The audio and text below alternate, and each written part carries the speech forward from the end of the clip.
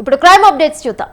హైదరాబాద్ లో మరి భారీ రియల్ మోసం వెలుగులోకి వచ్చింది. ఫ్రీలాన్స్ పేరిట 600 మంది నుంచి సుమారు 100 కోట్లు వసూలు చేసింది ఆర్జే వెంచర్స్ సంస్థ. నారాయణఖేడ్, గట్కేసర్, పటాన్చెరు ప్రాంతాల్లో అపార్ట్మెంట్ ఫార్మ్ ల్యాండ్ పేరుతో ఆర్జే వెంచర్స్ యాజమాన్యం ప్రముఖులతో ప్రకటనలు చేయించింది. ఈ ప్రకటనలు చూసిన బాధితులు ఒక్కొక్కరు 20 లక్షల నుండి 50 లక్షల వరకు కట్టారు. 4 ఏళ్లు గడుస్తున్నా ఇప్పటి వరకు ఎలాంటి నిర్మాణాలు చేపట్టకపోవడంతో బాధితులు లబోదిబ్బోమని అంటున్నారు.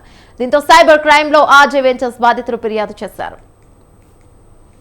లక్షలు 2020 అక్టోబర్లో కట్టా. 2021లో 36 లక్షలు కట్టా. మొత్తం నా 50 లక్షలు ఉన్నాయి. ఇప్పటికి దగ్గర 3-4 సంవత్సరాలు అయిపోయింది. బ్యాంకులో పెట్టిన నా డబ్బులు ఆల్మోస్ట్ 40-50% అవుతుంది. సో మేమేమంటాం, మీరు ఏమన్నా చేసుకుని మా డబ్బులు మాకు ఇంట్రెస్ట్ తోటి ఇవ్వండి, మా కాంపన్సేషన్ చేయండి. పొలం ఏదన్నా ఇచ్చేటప్పుడు కూడా అక్కడ మార్కెట్ రేటుకి ఇవ్వండి, డబల్ ఇవ్వద్దు అనేది మా సబ్జెక్ట్. కానీ మీటింగ్లకి రావట్లేదు, చెప్తే వినట్లేదు. ఇదిగో అదిగో అని చెక్కులు ఇవ్వటం.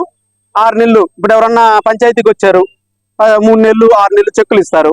ఆ చెక్కులు ఇచ్చారంటే పెద్దవాళ్ళు ఏమంటారు, చెక్కులు తీసుకుని వెళ్ళి అంటారు. ఆ చెక్కులు పాస్ అవ్వవు, ఆ చెక్కులు ఎక్స్టెండ్ అవుతాయి. ఈ విధంగా ఫస్ట్ 5 to 10 lakhs అందరం కూడా అడ్వాన్స్ ఇచ్చేసాం.